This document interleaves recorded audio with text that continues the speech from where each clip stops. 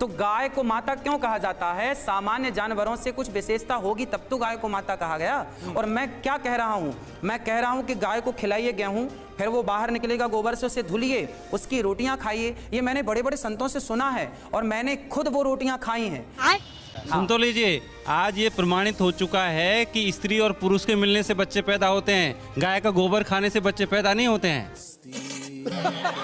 कि आपकी ज्यादातर बातें ऐसे लगती है कि चुटकुले सुना रहे हैं आप, तो आप चुटकुले ही सुनाइए, समाज को भ्रमित मत कीजिए। क्योंकि आप 21वीं सदी में जी रहे हैं।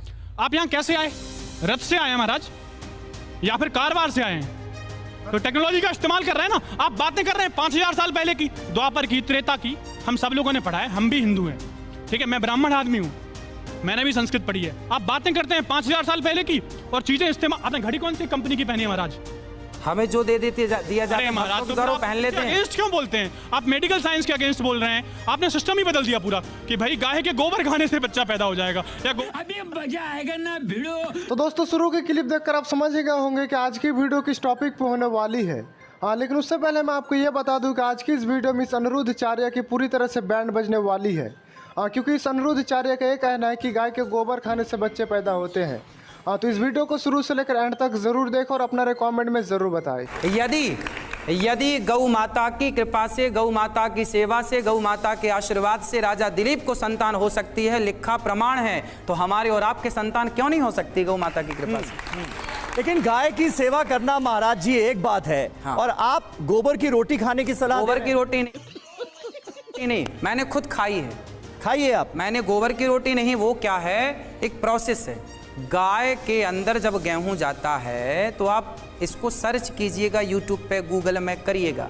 उस गाय के अंदर जब वो गोबर जाता है और जब वो गोबर गाय के अंदर गेहूं जाता है और वो गोबर के द्वारा बाहर आता है, उसके जो सामान्य गेहूं है और उस गेहूं को आप देखेंगे तो दोनों में अंतर होता है ना। और वो गाय कोई पशु नहीं है।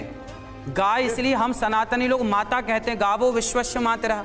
तो गाय को माता क्यों कहा जाता है? सामान्य जानवरों से कुछ विशेषता होगी तब तो गाय को माता कहा गया। और मैं क्या कह रहा हूं? मैं कह रहा हूं कि गाय को खिलाइए गेहूं, फिर वो बाहर निकलेगा, गोबर से उसे धुलिए, उसकी रोटियां खाइए। ये मैंने बड़े बड़े संतों से सुना है और मैंने खुद वो रोटियां खाई हैं। तो यानी इसका मतलब एक तरह से आप मेडिकल साइंस को चुनौती दे रहे हैं। भाई चुनौती हम नहीं दे रहे, हमारी गाय के गोबर का जो गेहूं है वो धुल के खाओ तो संतान की प्राप्ति हो जाएगी। ऐसा मैंने आप क्या कहना चाहेंगे? गाय के गोबर का जो गेहूं है उसे धुलकर खाओ तो संतान की प्राप्ति होगी, क्या है आपके हिसाब से?